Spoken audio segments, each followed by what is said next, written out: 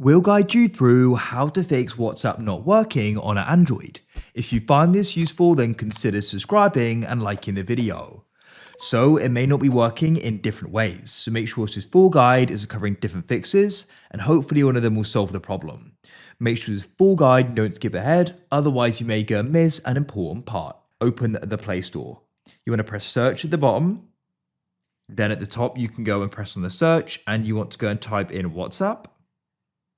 Now, what you want to do is go and see if there's any available updates. Where it says open, if there's an update available, you can go and press update.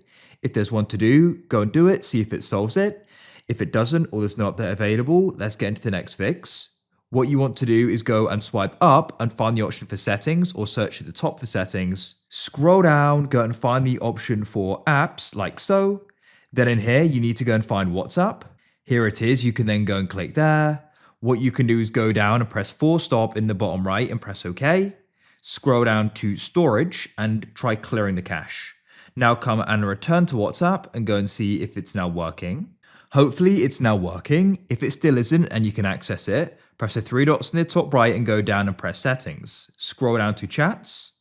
Scroll down again and you need to go and find chat backup and press backup just here. When it's finished, close out of WhatsApp. Then what you can do is go and delete it by tapping and holding it, press uninstall and you can go and confirm the decision like so. Then we can come and open the Play Store and we can go and get it again.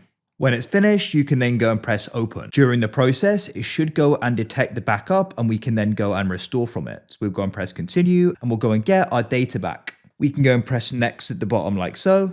Hopefully it's now working.